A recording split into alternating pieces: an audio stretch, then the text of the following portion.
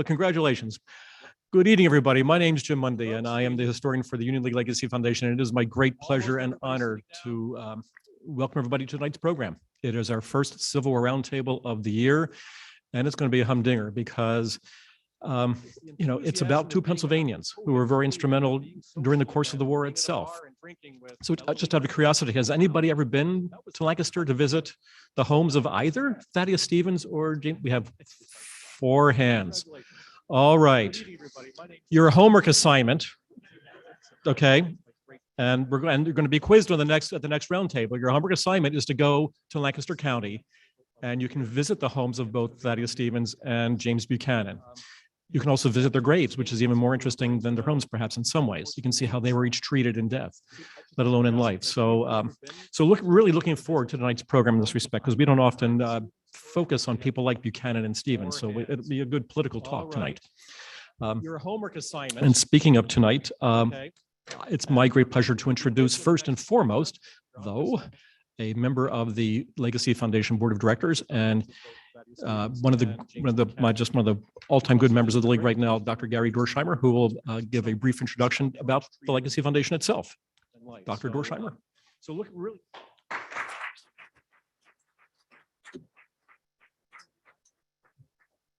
Good evening. I am Gary Dersheimer, the development of the chair of our Union League Foundation, Legacy Foundation. It's my pleasure to welcome you tonight to the Civil War Roundtable program. Legacy Foundation is the nonprofit charity of the Union League, guided by the United States Constitution and the history and values of the Union League. The foundation's goal is to create more informed, more engaged citizen leaders. And we do this through the programs that we have dozens of, with lectures, scholarships, exhibits, and our program like tonight. All of our Legacy Foundation programs are made possible through the voluntary contribution of the Union League members and others who share our values. My thanks and the thanks of the Legacy Foundation to all our generous donors for making these programs possible. Tonight's program will run for about an hour. Toward the end of the program, our guests will answer questions from our audience. For those on Zoom, use the Q&A icon to submit questions to have them asked here live in the room. We will get to as many questions as possible. Now it is my pleasure to reintroduce you to really one of the truly most important people here at the Union League, our Legacy Foundation's historian, Jim Mundy, to introduce tonight's program. Welcome and thank you for coming.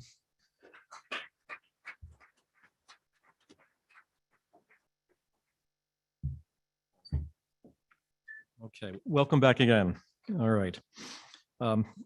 It is my great pleasure to introduce our 2 speakers tonight, one of whom if you've been a roundtable attendee for the last 10, 20 years, you've heard Dr. Miller before, and welcome to introduce for the first time to the league, Dr. John Quist from Shippensburg University. So I'll start with Randall since he goes first alphabetically. So Randall Miller is Professor of History Emeritus and the former William Dirk Warren Sesquicentennial Chair at St. Joseph's University, where he taught for those many years, and it was many, many years. He has received many awards and fellowships for his teaching, writing, and service, including the Lindbeck Award for Distinguished Teaching. He is the author or editor of numerous books, including his award-winning book, Dear Master, Letters of a Slave Family. He is the author of more than 80 articles and essays on topics such as slavery, race, immigration, ethnicity, religion, cities, reform, politics, the American Revolution, and the American Civil War. Last but by no means least. Currently, in his retirement, Dr. Miller sits on the boards of Cliveden of the National Trust and the Library Company of Philadelphia. Now, Dr. Quist, who is still actively teaching at Shippensburg University, he teaches in the history department. His academic focus is on 19th century United States history, United States Civil War era, and U.S. Southern history as well. He is the author of numerous books, including Michigan's War, the Civil War in Documents, and Restless Visionaries, The Social Roots of Antebellum Reform in Alabama and Michigan. And that's an interesting combination alone, isn't it, when you think about it? He is also the co-editor of The Worlds of James Buchanan and Thaddeus Stevens, the book about which you will speak tonight, and James Buchanan and the Coming of the Civil War. And for any of you who are frequent C-SPAN viewers, you will see John many, many times on C-SPAN as well. So it is my great pleasure and honor to introduce Randall Miller and John Quist to the stage. If you gentlemen.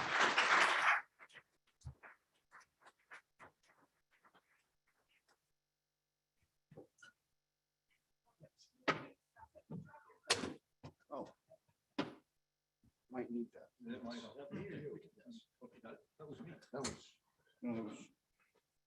This was yours, yes. Yeah. This is a great start.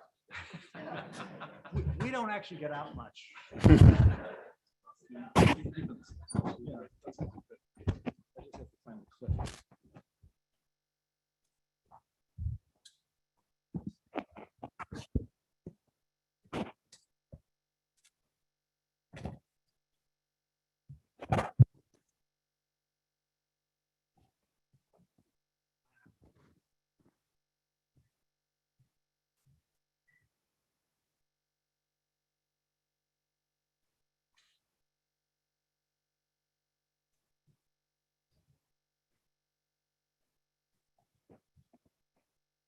Okay.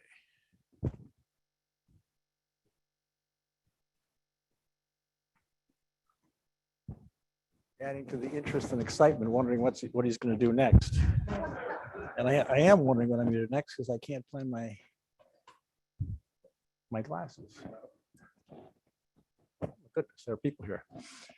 So thank you all for coming. We appreciate it. Appreciate the interest in the book, and some of you have already purchased it, for which many thanks. We want to discuss our work, and that's what we're going to do.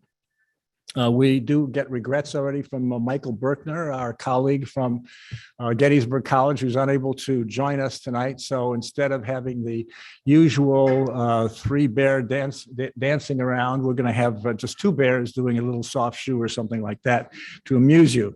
We're not really here so much to talk about the book per se, although that will come up. Rather, what we want to do is suggest something about what the book represents in thinking about Buchanan and Stevens and their times.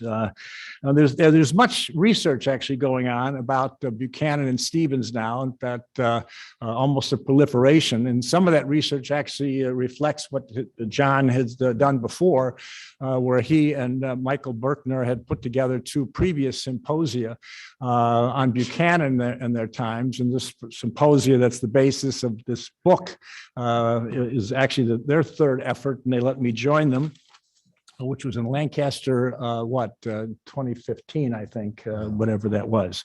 The title of the book actually tells the tale.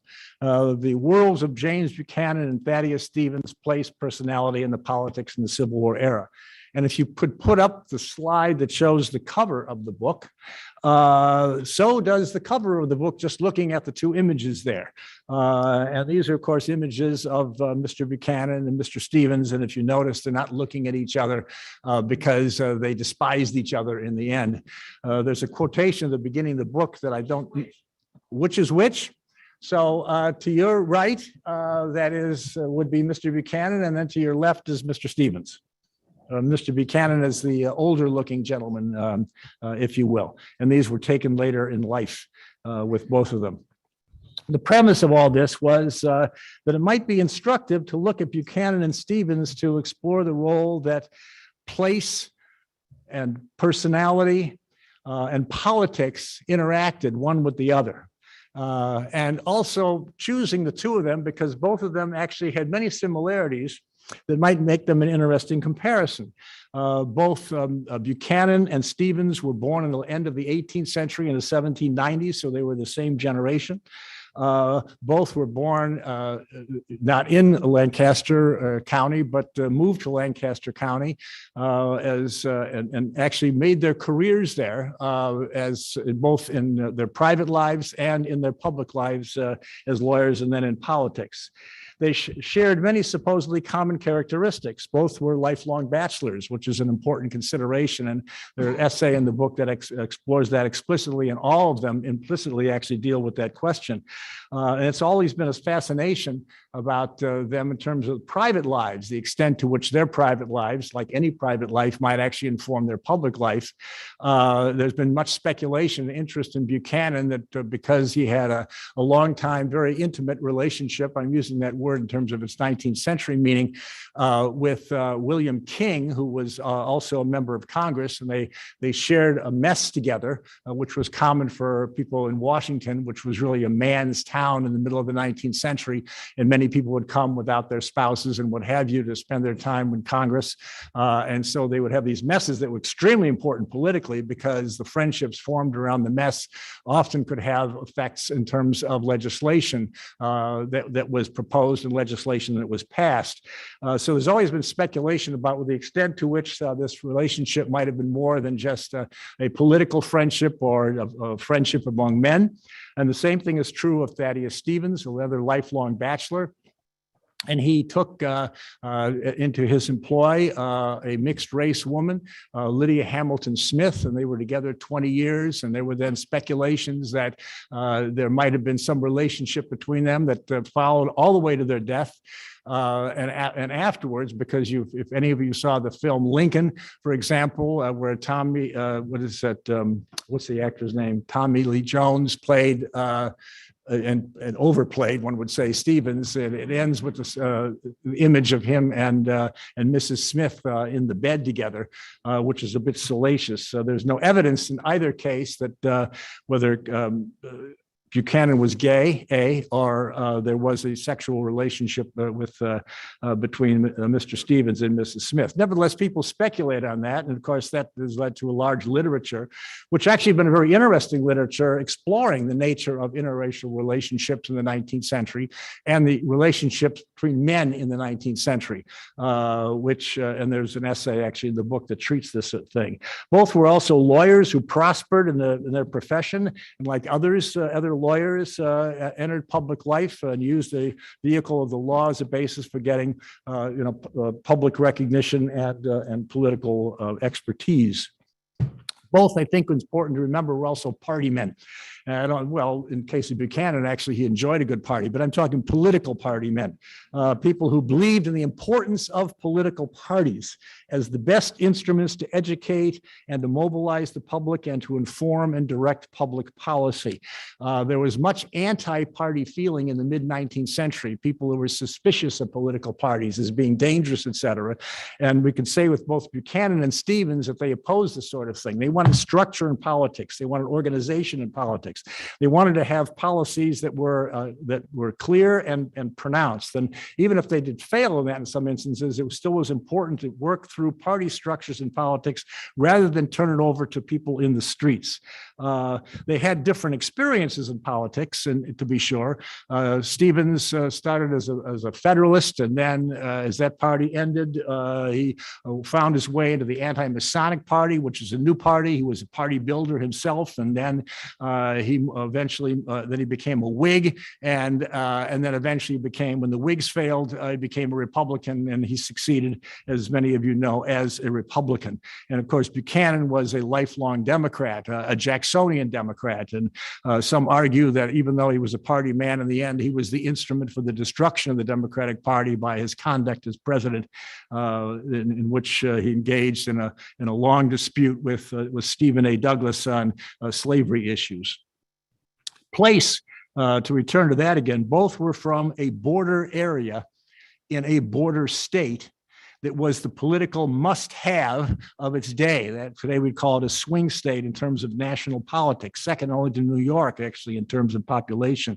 And there's a lot of scholarship recently in looking at the phenomenon of the border state and trying to understand its implications for people's politics and everything else. Some of you might be familiar with the Valley of the Shadow Project that Ed Ayers, among others, have done, coming out of the University of Richmond, that looked at two counties intensively from 1850 to 1880, combing through literally every kind of source that was available, diaries and newspapers and government reports and letters and what have you, to literally know every person in these two counties, Augusta County in Virginia and Franklin County in Pennsylvania. And two big books actually came out of this, and the project collected these things. They're available to you to read. But of course, that pointed up the whole purpose of this was to understand people who were geographically close. What did they share? And of course, sometimes proximity breeds contempt, but it can also breed familiarity. And when the Civil War comes, of course, and people understood this, it wasn't going to be fought in New Hampshire initially. It wasn't going to be fought in Mississippi. It was going to be fought there in that great border area, Pennsylvania, Maryland, Virginia, et cetera. Going farther west, it's going to be in Kentucky. It's going to be in Tennessee, maybe in southern Indiana, southern Ohio. The North escaped those things except for Pennsylvania and maybe some raids elsewhere. But border areas can be very revealing about people's basic interests and their basic ideas. And so this book, this project actually was also an opportunity to explore that in terms of place. What difference did it make that they lived in South Central Pennsylvania?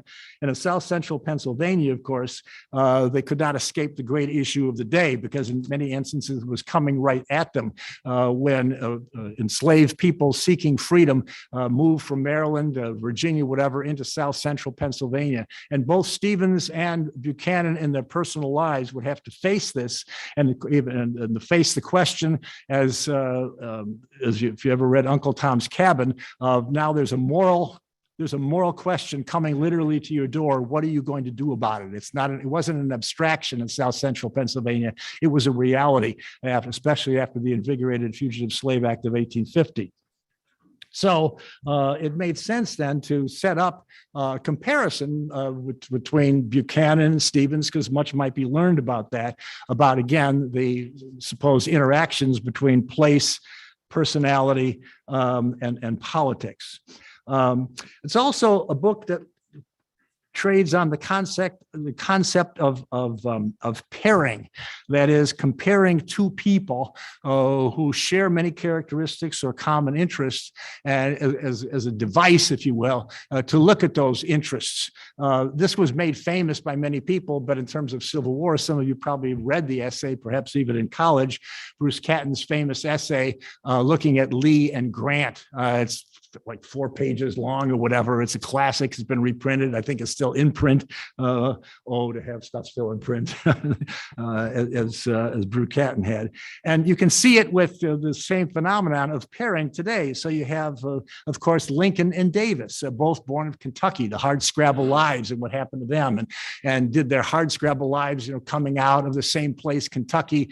How did that inform their public lives and even their presidency?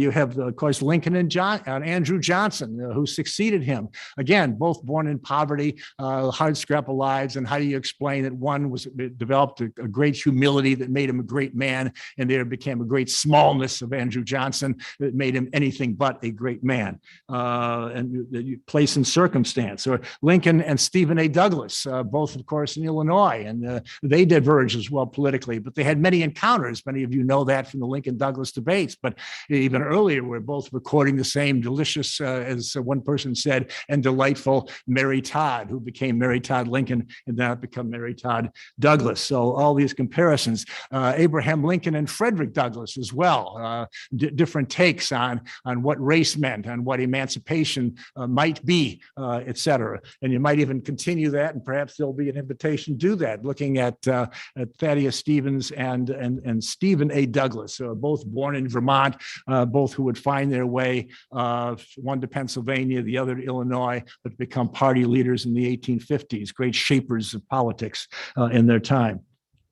In fact, the new book out on Stevens, and I was talking to a couple of people here about Thad Stevens in terms of interest in him, and there's a lot of recent interest in him, but this new book just came out by Bruce Levine. We should be thumping for our own, but you got to read Bruce Levine's book. He's actually in this book. So there's in some ways in which our book, he actually anticipates the story, but he sets up a comparison between Thaddeus Stevens and Abraham Lincoln.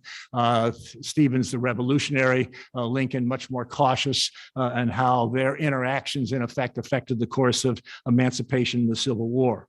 So that's the promise, and that's the premise of what have you, of what this book supposedly was going to do, is looking at these comparisons in some way between Buchanan and Stevens to try to understand them and try to understand their time, of how two bachelor lawyers from Lancaster, both of the same generation, went their separate ways.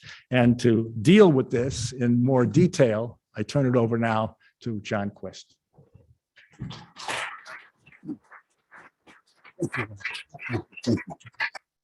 Thank you for having me, and thank you all for coming out on a cold January evening.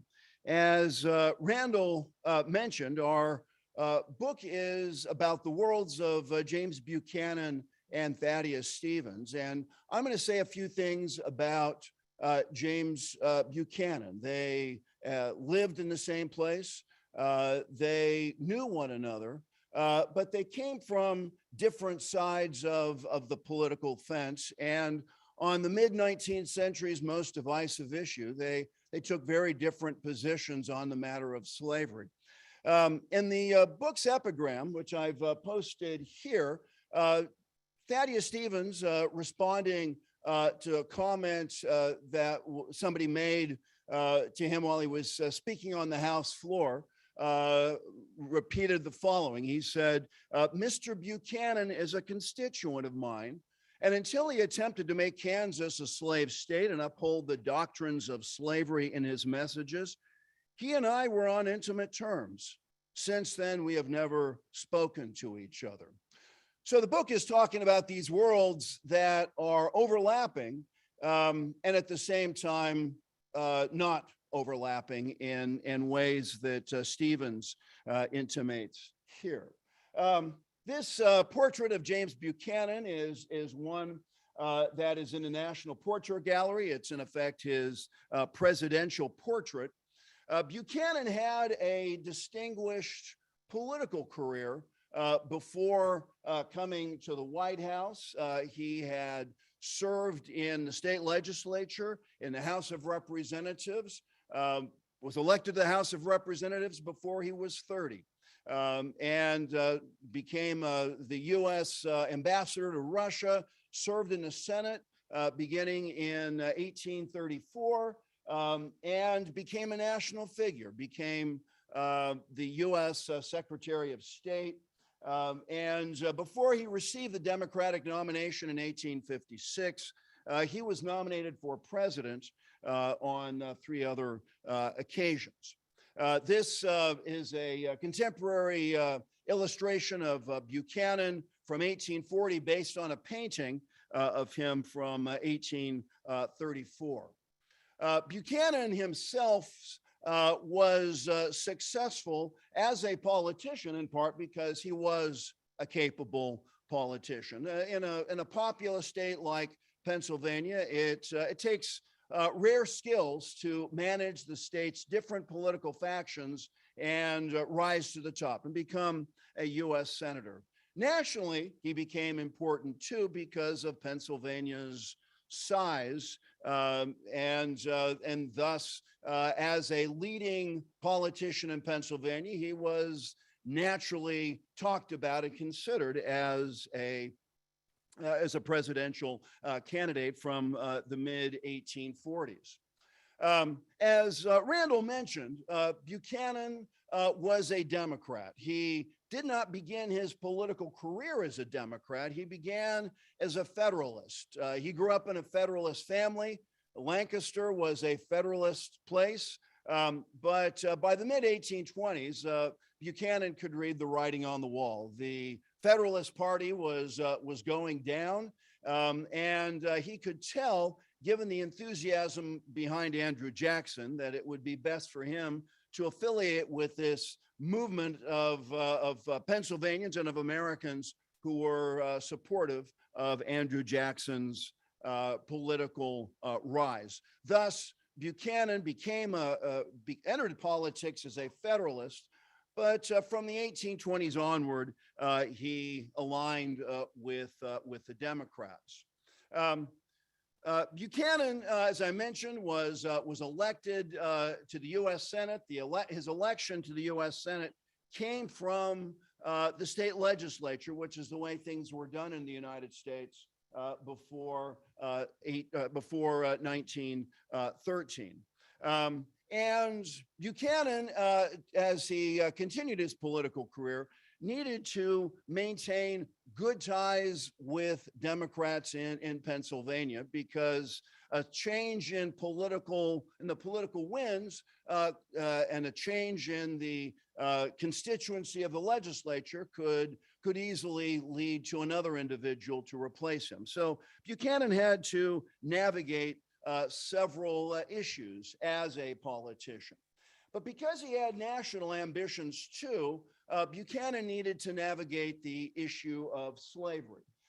This excerpt, which comes from a speech Buchanan made in the House of Representatives in 1826, illustrates how Buchanan both accommodated his voters back home and slaveholders at the same time. Voters in Lancaster County would not have wanted to vote for a politician who said that slavery was a good thing.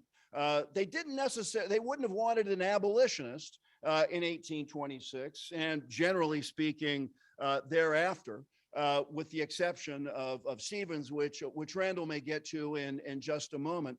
And so here we can see how Buchanan speaks of slavery as a bad thing. He's glad he doesn't live in a slave state.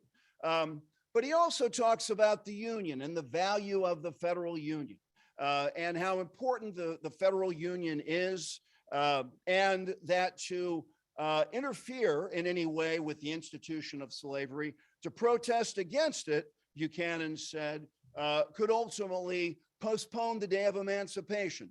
Buchanan says emancipation is a good thing, but if we push it, if we support the abolitionists, we're going to upset white Southern politicians, white Southerners generally, and thus threaten the federal union. So Buchanan needed to sort of thread a rather difficult needle, and it's a needle that Northern politicians aim to thread if they had national aspirations. Now, privately, though, Buchanan, when he is appealing for the support of white Southerners, as he does in this letter from 1848, puts things a little differently. He says, "From my first entrance into the Senate until the present moment, my efforts have been devoted to the maintenance of the constitutional rights of the South in opposition to all the projects of the abolitionists and quasi-abolitionists." Buchanan could not have said this to his voters at home. This was a private letter that he wrote to a potential supporter in Alabama. But Buchanan believed that his record was entirely consistent with what he wrote to this prospective Alabama supporter. When Buchanan ran for the presidency in 1844, he didn't get the nomination. The nomination went to James K. Polk. But James K. Polk elevated Buchanan to the highest post in the Polk administration, highest cabinet level post, and made him his Secretary of State. Significantly, Philadelphia politician George Mifflin Dallas was Polk's vice president, underscoring the degree to which Pennsylvania was an important state in the National Party's political considerations. As I mentioned, Buchanan ran for president several other times. After he didn't get the nomination in 1852, he more or less figured that his political career was over. And he ended up getting the post of the U.S. ambassador to Great Britain. Buchanan, though, launched a surprising comeback, and his surprising comeback came largely as a result of issues that arose during the administration of Franklin Pierce. Franklin Pierce signed the Kansas-Nebraska Act into law in 1854. And the result of signing this act into law, which allowed slavery into federal territories where slavery had previously been forbidden, led to political violence in Kansas that contemporaries referred to as Bleeding Kansas. There was in Kansas two territorial capitals, one recognized by slave state settlers, the other by free state settlers. The violence even reached the halls of Congress, where U.S. Senator Charles Sumner was attacked in the Senate by South Carolina Representative Preston Brooks. So while all this is going on, Buchanan is not making many waves. He's the U.S. minister or ambassador to Great Britain. And in 1856, Buchanan returns to the United States, receives the Democratic nomination for president, wins the election overwhelmingly in 1856. This photograph from his inauguration is the first photograph of a presidential inauguration. Much of Buchanan's time as president was devoted to the issue of Kansas statehood. The Buchanan administration recognized the slave state government in Lecompton as a legitimate government of Kansas, even though the majority of Kansas residents were from free states and supported the government in Lecompton. A series of votes in 1857 and 1858 made it clear that the overwhelming majority of settlers in Kansas wanted Kansas to be a free state.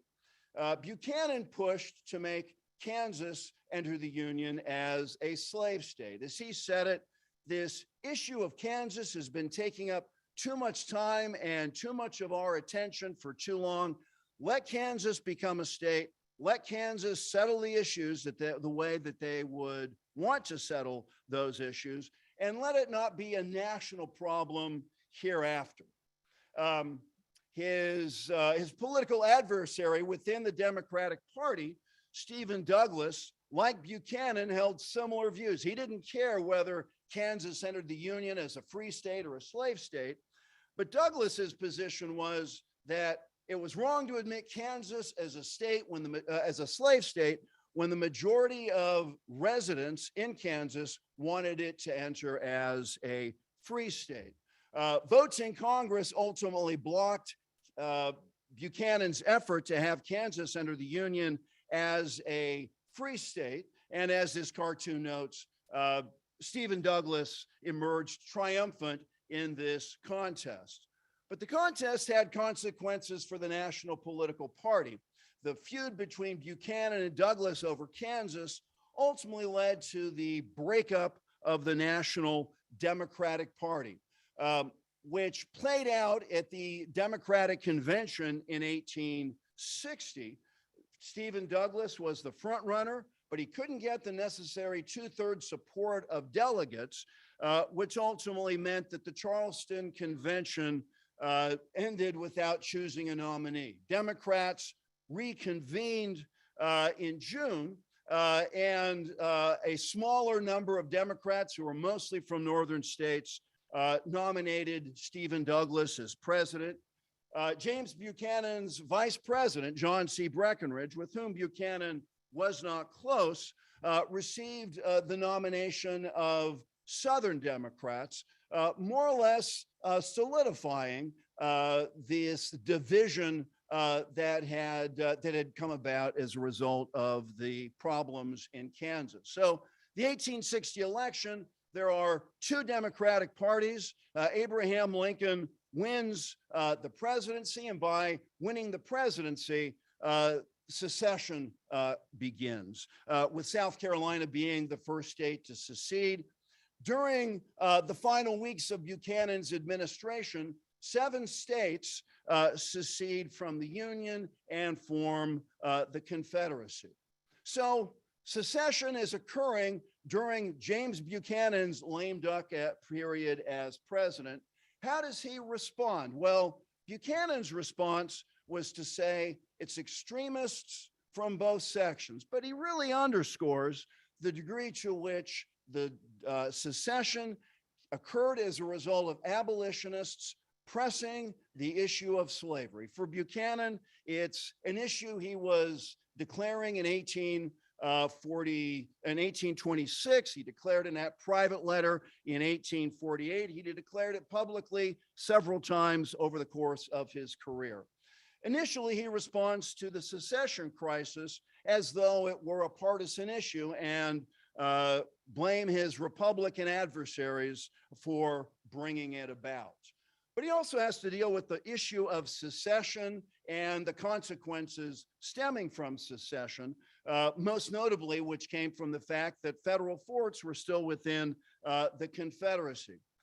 Buchanan, during his final weeks in president, tried to resupply Fort Sumter, which it was fired upon. The ship had to return. When Buchanan left the White House in 1861, as this cartoon noted, the Union was much diminished by the affairs of his administration. Buchanan returned to Lancaster after his presidency. He maintained a low profile. He wrote the first presidential memoir.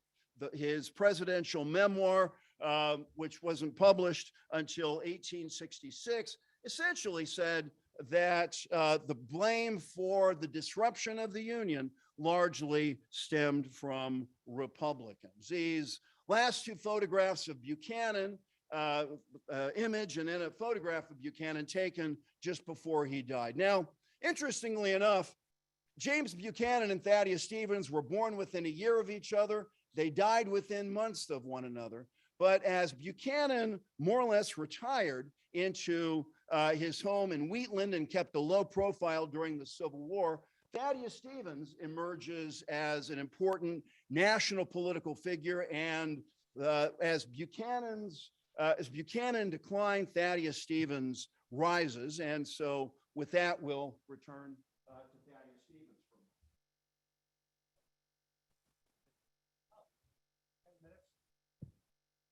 Thaddeus Stevens always gets short shrift.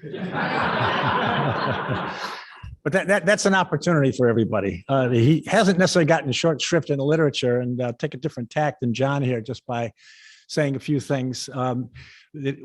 Perhaps more than, I wouldn't even argue, any other character in the mid-19th century, Thaddeus Stevens has been a lightning rod. Either love him or hate him. And many people writing about him take a tack that he was all one thing or all the other thing, and don't even try to understand him in any kind of nuanced way. He became, and the reasons for that are many. Part of it was his own personality.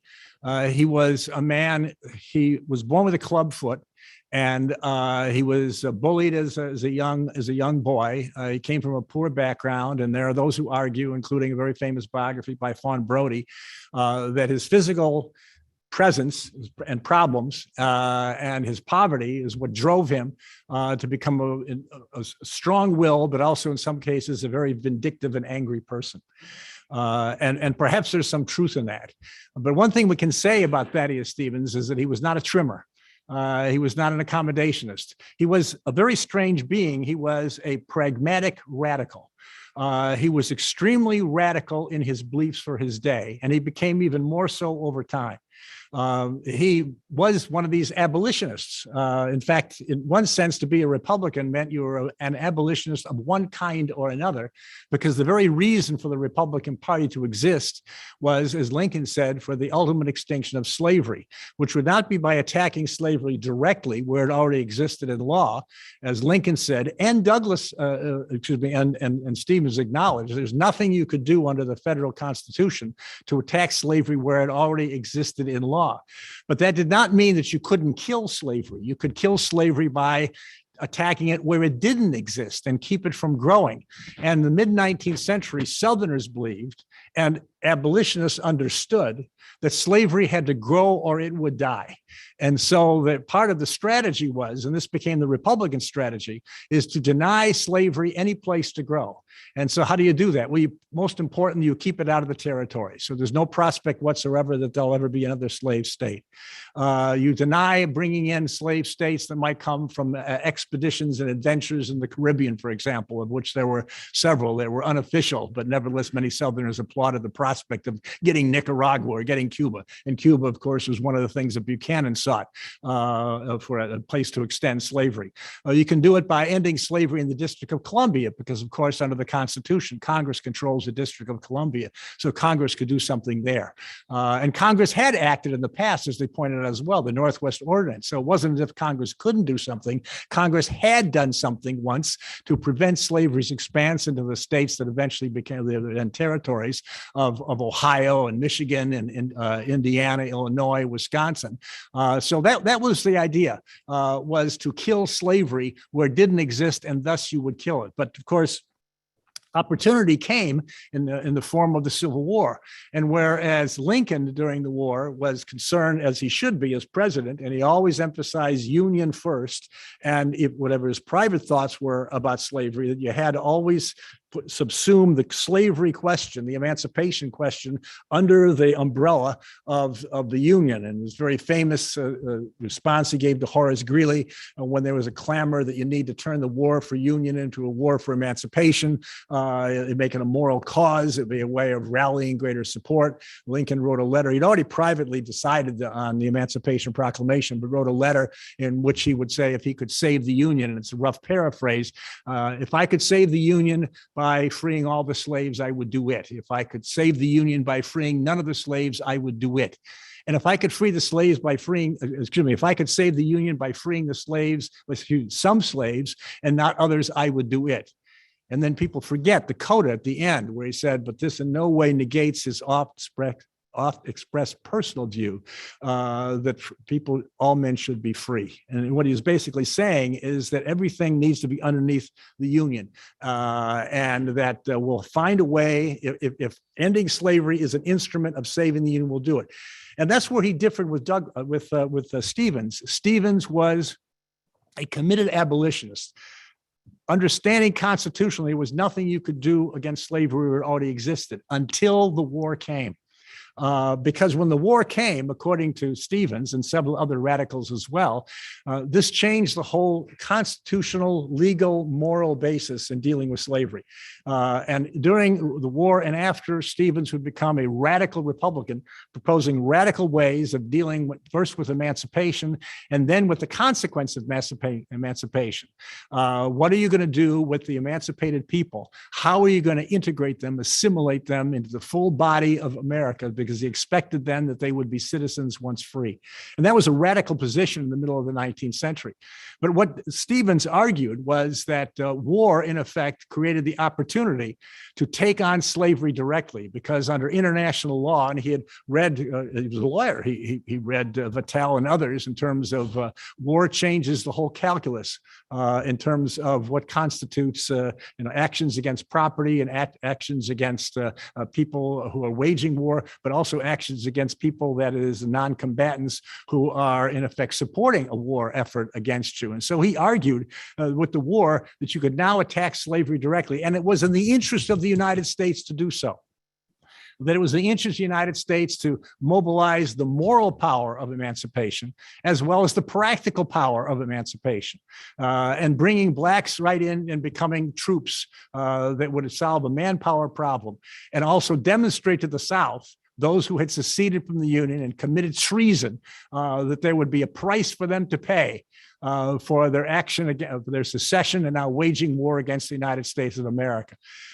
Stevens made the case, and Lincoln could not agree with this case, that in seceding, these rebel states had in effect ceased to be states as part of the United States. They could, if we won the war, they would become conquered provinces and we could do with them as we would. Lincoln, of course, always insisted that people rebelled individually against the United States, but the states themselves never seceded, because if he had granted that, in effect, he'd be in effect not only conceding the right of secession, the fact of secession, but there'd be no reason to fight a civil war, because basically you'd be recognizing the Confederacy as a legitimate expression of states that had seceded.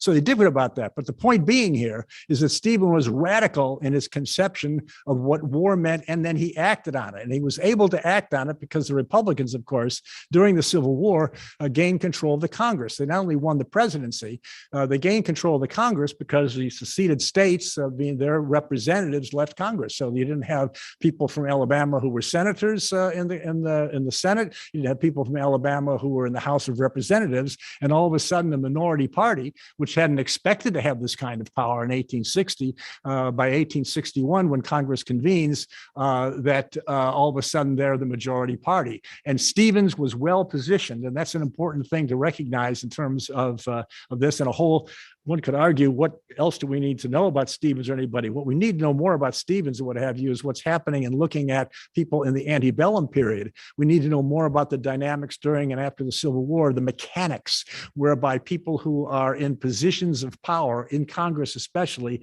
not only shape legislation, but can work in order to get legislation passed. And Stevens was the chair of the very powerful Ways and Means Committee. And of course, that's money. And money talks, and he understood that and did some remarkable things actually in terms of changing banking in the United States, conceptions of currency in the United States with the Legal Tender Act, among other things. But he also, as the head of the Ways and Means Committee, excuse me.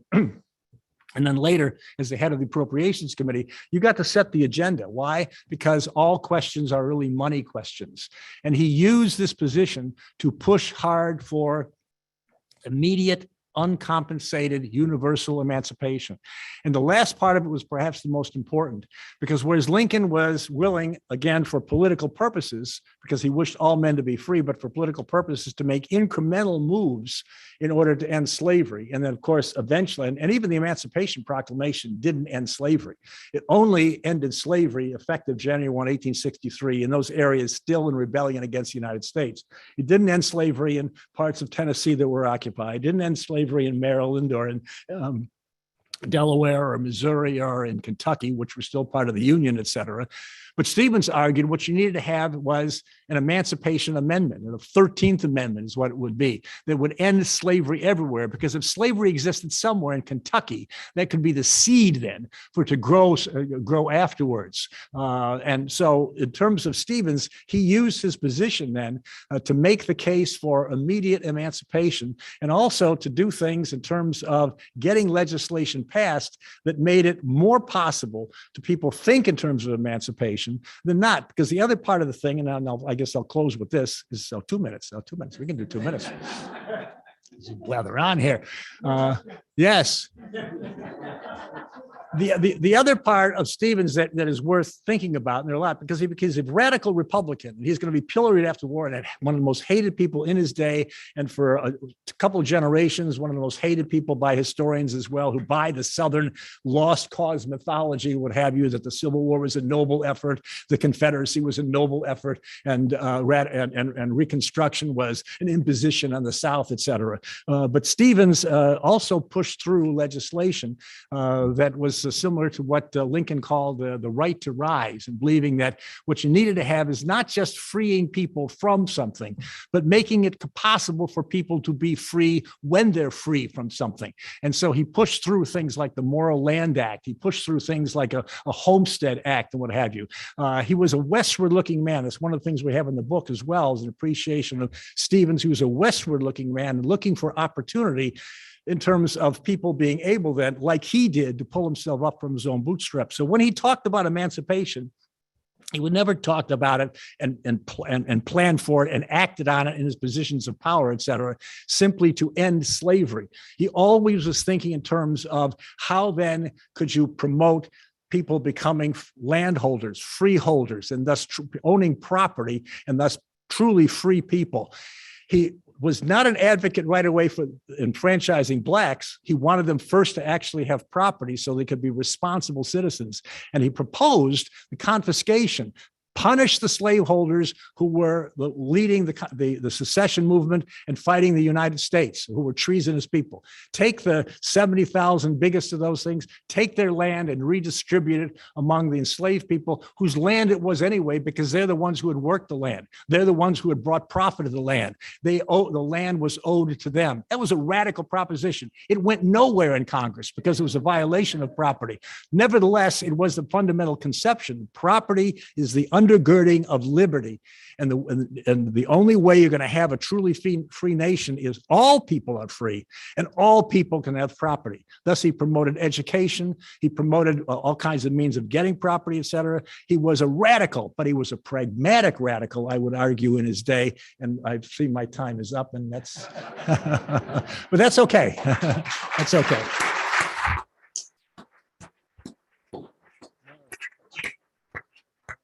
So I really we hated went to off stop script, that. but that's okay. No, seriously, wow, there was just so much information in that. So would anybody like to start the ball rolling in terms of questions for either Dr. Miller or Dr. Quist? Okay, I'll be right over.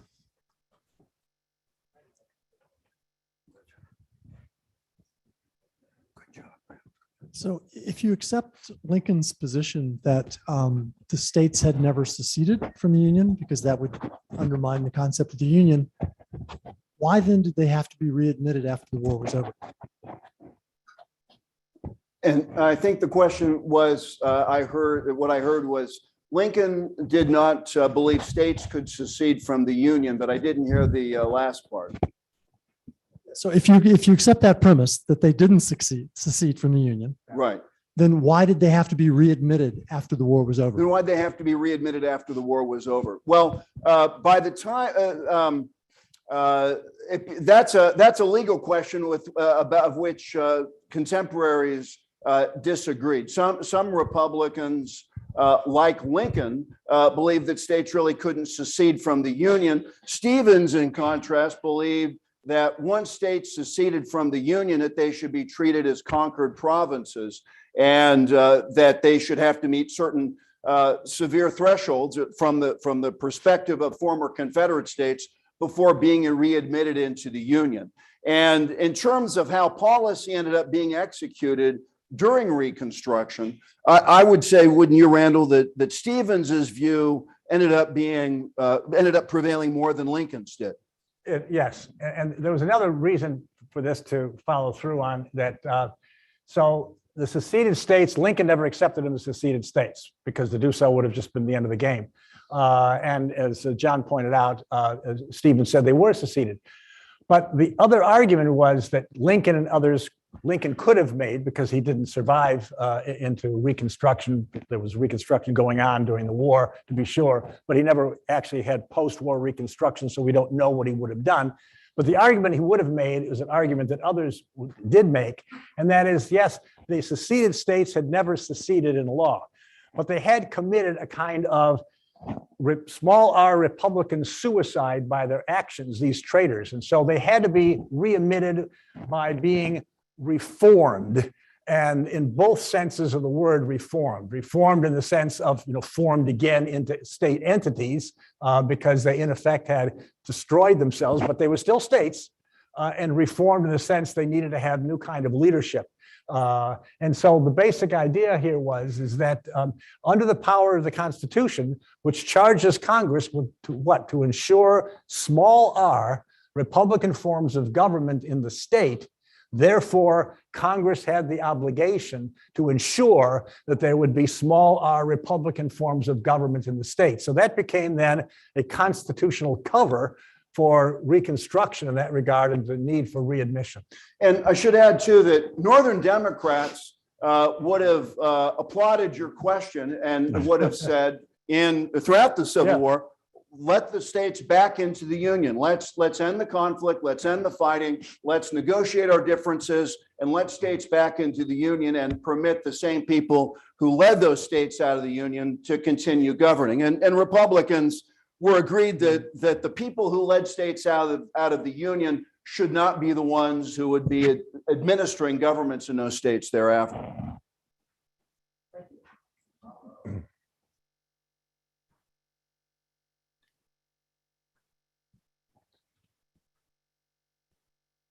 I saw hands, but you're getting the mic over there, right?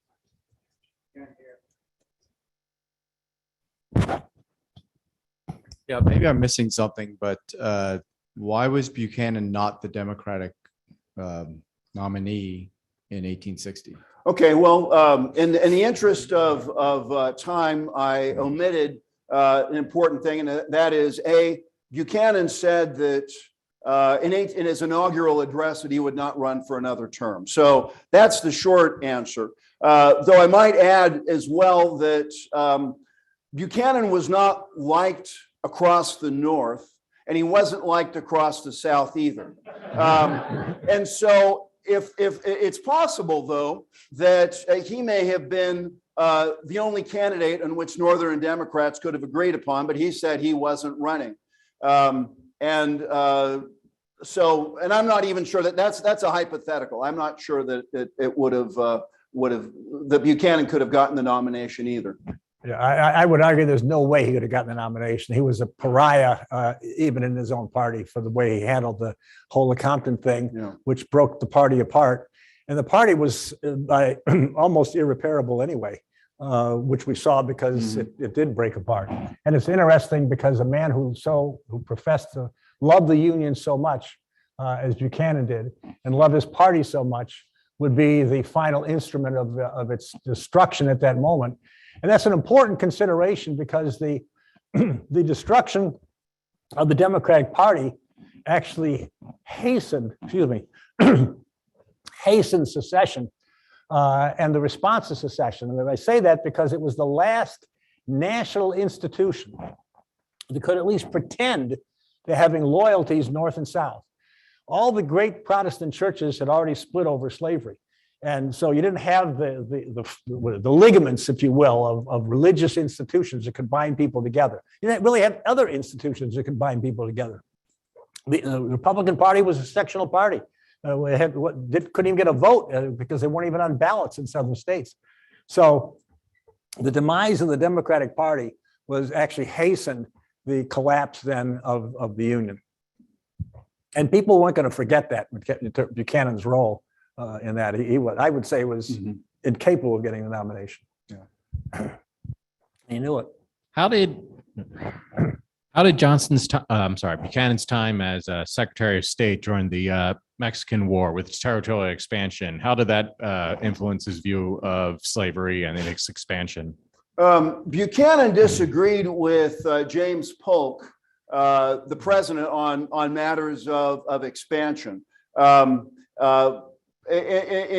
the cabinet discussions, Buchanan came across as a very moderate on territorial acquisition. Polk wanted to take all of Mexico.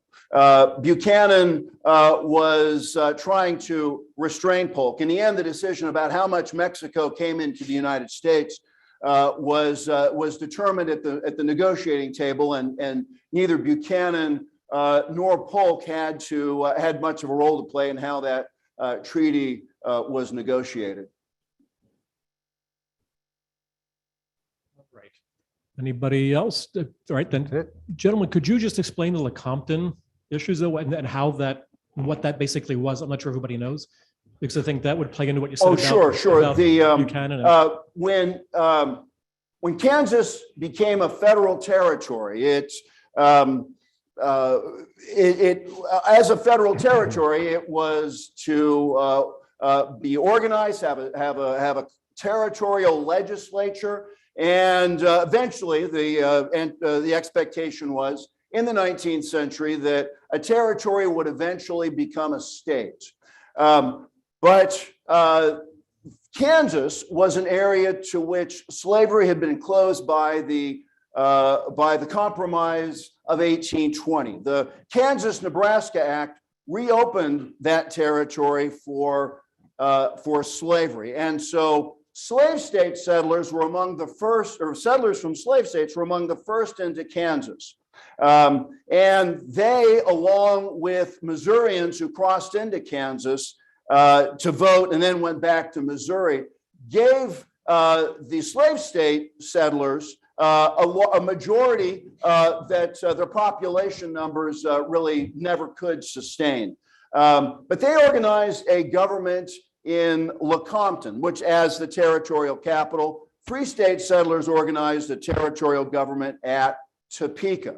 And eventually the Pierce administration and later the Buchanan administration recognized the Lecompton slave state government in the territory of Kansas as the legitimate government of Kansas rather than Topeka.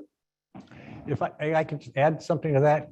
So the Kansas issue in one form or another was really the dominant issue relating to slavery during the 1850s.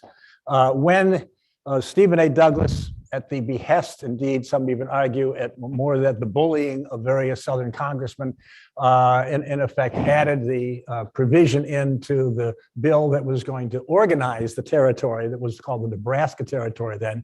And he needed to organize a territory because he wanted to run a transcontinental railroad across it.